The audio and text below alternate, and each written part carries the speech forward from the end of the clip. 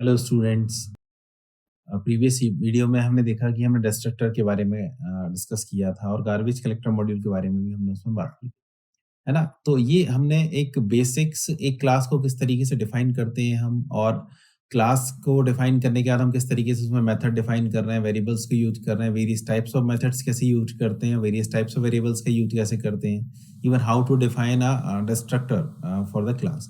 ये सारी चीजें हम समझ चुके हैं। अब नेक्स्ट जो इम्पोर्टेंट पार्ट है हमारा ऑब्जेक्ट ओरिएंटेड प्रोग्रामिंग का, that is basically how the classes are interact to each other. मतलब एक क्लास दूसरी क्लास से इंटरेक्ट किस तरीके से करती है, क्योंकि हम सारा वर्क जो है हमारा और हमारा कोड जो है हम वो क्लासेस के फॉर्म में लिख रहे हैं, है ना? लेकिन यदि एक क्लास का दूसरे क्लास के साथ इंटरेक्शन होना है तो उसके तरीके क्या हो सकते हैं, है ना?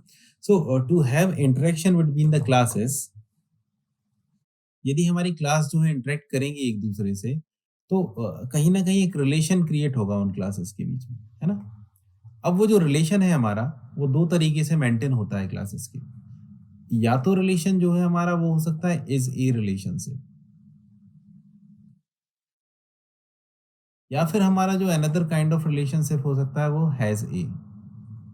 तो हम समझते हैं एज ए और हैज ए का मतलब क्या है ना? तो मैं आपसे बोलता हूँ, एक सिंपल सा एग्जांपल लेता हूँ मैं कि अ पर्सन, एक व्यक्ति है जो कि एक एम्प्लॉय भी है, ठीक है? तो यहाँ पर हम एक यदि इंग्लिश में हम कीवर्ड देखते हैं तो क्या हो रहा है? एम्प्लॉय इज अ पर्सन,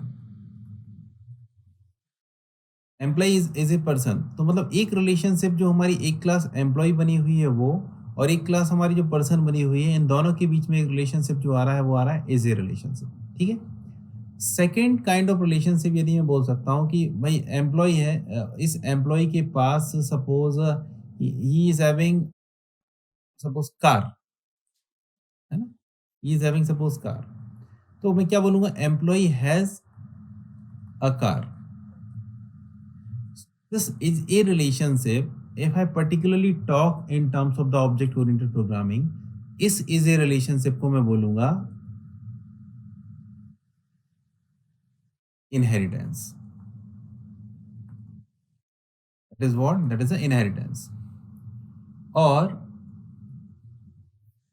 इस has a relationship को मैं कहीं ना कहीं बोलूंगा कि it's a kind of association. Inheritance जो हमारा है वो is a kind of relationship है, और जो has है हमारा it's a kind of association with the in between the classes. अब यदि मैं इनहेरिटेंस की बात करता हूँ, तो इनहेरिटेंस के भी हम बहुत सारे टाइप्स के बारे में बात करेंगे, कितने टाइप के इनहेरिटेंस होते हैं ना। तो we will see for the single level, multi level, that we will discuss in the upcoming part of the video. लेकिन यदि मैं हैज ए रिलेशनशिप की बात करूं, एसोसिएशन की, तो एसोसिएशन भी दो टाइप से होता है। ये बहुत इंपॉर्टेंट है समझना। One is the composition, second one is aggregation.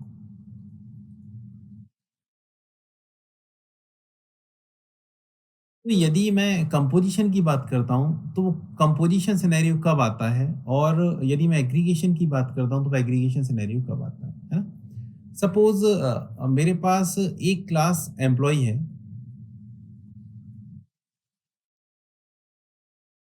Late me take it here.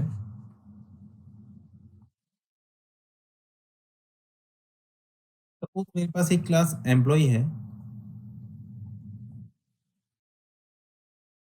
And this employee is having a car. Employee के पास एक कार है ना? So if I check this relationship, it's a definitely has a relationship कि employee के पास car है। लेकिन इस एज ए रिलेशनशिप में भी हमें एक चीज देखना पड़ेगी, क्या ये जो रिलेशनशिप है वो कंटेनर एंड कंटेन्ड है? मतलब क्या एम्प्लॉय कंटेनर की तरह काम कर रहा है जिसमें कार है?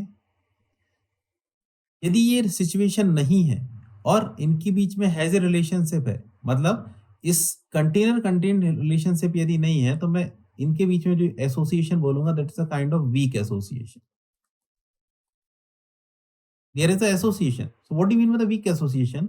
यदि मैं एम्प्लॉय के ऑब्जेक्ट को डिस्ट्रॉय करता हूं, तो इट्स नॉट मैंडेटरी कि कार का ऑब्जेक्ट भी डिस्ट्रॉय हो, या कार के ऑब्जेक्ट को डिस्ट्रॉय करता हूँ तो इट्स नॉट मैंडेटरी कि वो एम्प्लॉय का ऑब्जेक्ट भी आपका डिस्ट्रॉय हो, है ना? यानी इनके बीच में रिलेशनशिप तो है एज़ ए, लेकिन वो वीक एसोसिएशन है। मतलब एक पर दूसरे की डिपेंडेंसी एग्जिस्ट नहीं करती, although these are related to each other. तो such type of scenario is known as aggregation. And if I talk about the composition, so in case of composition, suppose we are having a car here. Car has a engine. Car के पास एक engine है. So what relationship is this? It's a kind of container and contained relationship, क्योंकि car के अंदर जो है हमारा वो engine लगा होगा. ये आपके पास कार है, इस car. So if I'm destroying this car, this engine object should be destroyed. तो इस टाइप की जो रिलेशनशिप है वो हमारी कौन सी रिलेशनशिप कहलाती है? हमारी कंपोजिशन रिलेशनशिप कहलाती है. So so if we are having the multiple classes and we want to maintain some relationship between the classes, उन रिलेशनशिप को और पूरे सिस्टम को बनाने के लिए, जैसे कि मैंने ये एक सिस्टम आपके सामने डिस्कस करा है कि भाई एक एम्प्लॉय है, वो एक पर्सन है और उसके कार है. So you need to be identify in the object oriented concepts कि भाई पर्सन और एम्प्लॉय के बीच में क्या रिलेशनशिप होगी, कार के और एम्प्लॉय के बीच में क्या रिलेशनशिप होगी. So that thing need to be identified. So this is what the composition, this is what the aggregation, and third one is the inheritance. अब हम practically एक एक कर कर इन सारी चीजों को देखते हैं. So let we see the things practically.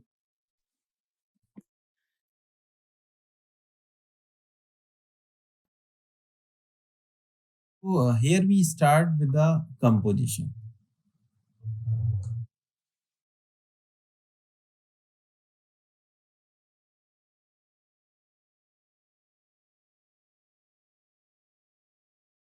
देखा कि हमने it should be composition.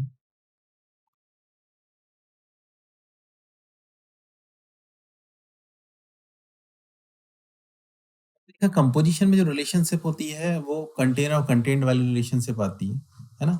और हमने गार्बेज कलेक्टर और डिस्ट्रक्टर को भी समझ लिया है. सो हम we will utilize that concept here, है ना? फॉर एग्जांपल, मैं दोनों वही एग्जांपल लेते हैं हम जो कार और एम्प्लॉय था, और सॉरी कार और इंजन था. So let be create one class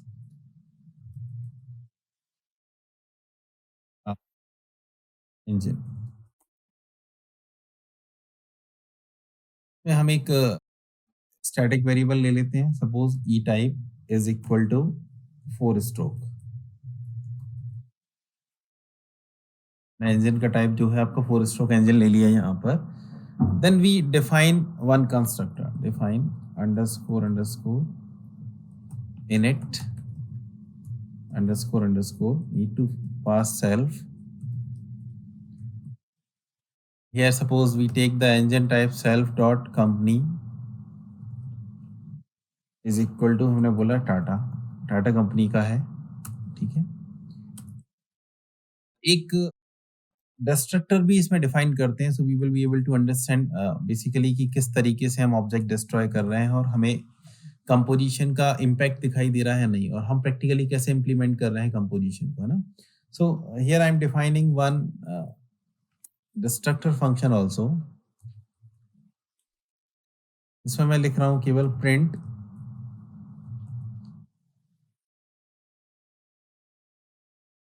checking for all the resources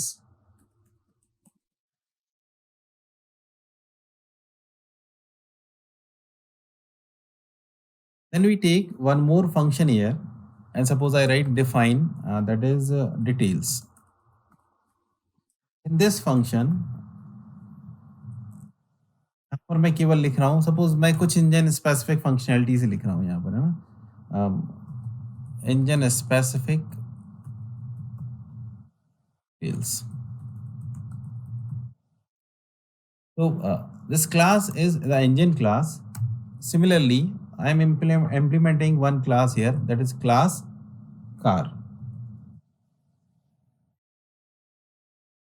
car class को इम्प्लीमेंट करने के लिए हम फिर से डिफाइन करते हैं constructor here init underscore underscore self.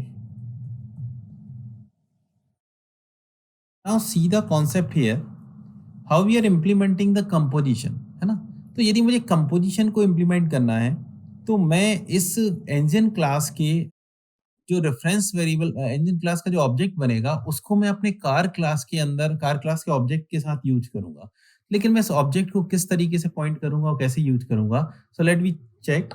मैं यहाँ पर एक सेल्फ डॉट इंजन करके एक वेरिएबल बनाता हूँ which is calling the engine class, और इसका एक ऑब्जेक्ट इसने बनाया। अब जो सेल्फ डॉट इंजन जो है इसका, वो पॉइंट कर रहा है इंजन क्लास के ऑब्जेक्ट को। What does it mean? मैंने अपने कार की इनिशियलाइजेशन के साथ ही उस इंजन के इनिशियलाइजेशन की साइड देखा।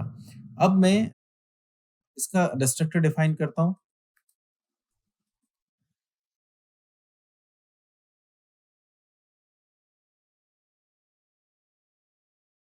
यहां पर मैं लिखता हूं suppose I am defining this here.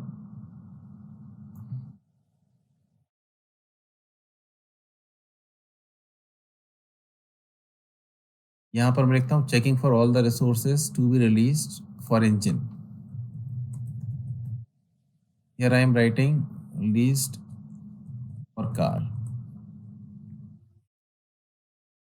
Now finally, I am checking for the details of car.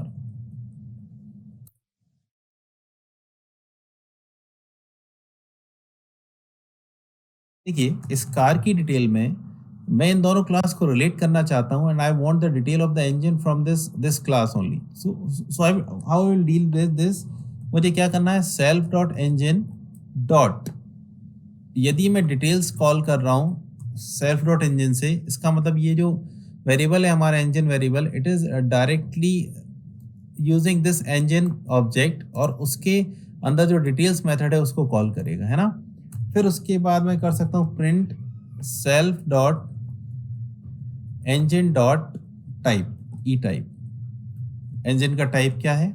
Finally I can check for the print self dot engine dot company, because we are referring directly the object reference for that engine that is accessible. So suppose these are two classes, one is the engine, second one is the car class. अब मैं car class का object बनाता हूं यहाँ पर।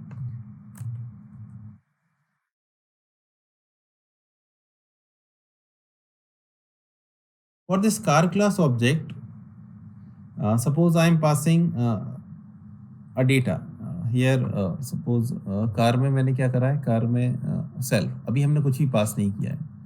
अब उसके बाद मैं यहाँ पर एक ऑब्जेक्ट क्रिएट करता हूँ। जैसे ही मैंने कार क्रिएट करी, कार के क्रिएट करने के बाद मैं सीधा एक फंक्शन कॉल कर रहा हूँ, that is C dot details underscore car.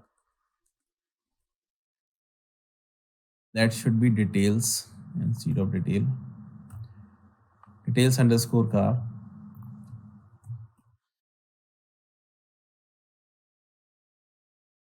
When I call this, you can see here is an engine object has no attribute e type. Okay, it should be e type. Fine, now it will be working good.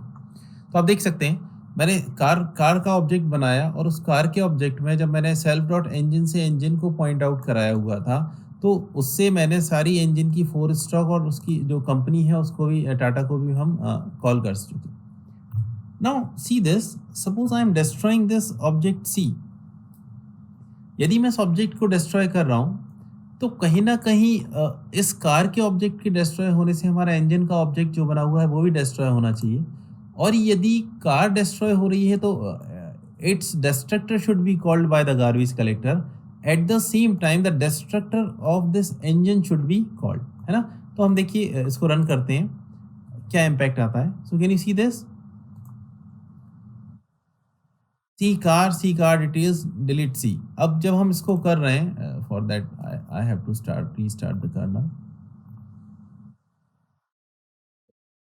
Can you see this? Engine specific details, 4-stroke, Tata, checking for all the resources to be released for car क्योंकि car को destroy करा. But इस car के destruction से can you see the destructor of engine class is also called, that is checking for all the resources to be released for the engine. इसका मतलब क्या है कि भाई मैं कार को डिस्ट्रॉय कर रहा हूं तो कार के डिस्ट्रक्शन के साथ हमारा इंजन का जो ऑब्जेक्ट है वो भी कहीं ना कहीं डिस्ट्रॉय हो रहा है. So this is what the way to implement the composition relationship. हम दो क्लासेस का इंटरेक्शन करा रहे हैं, but what we are doing, we are taking the reference in the another class, and for that reference we are pointing out one object that is created at the time of the initialization of the second class object, है ना. तो जब भी हम उसको destroy करते हैं second class के ऑब्जेक्ट को, फर्स्ट क्लास का ऑब्जेक्ट भी जो है हमारा डिस्ट्रॉय हो रहा होता है. So this is what the overall concept for the composition and the interaction between the classes. तो हमने वेरियस टाइप के रिलेशनशिप देखे और इस पहले वीडियो में हमने कंपोजिशन के बारे में डिस्कस करा. So for this video it's all from my side. Thank you.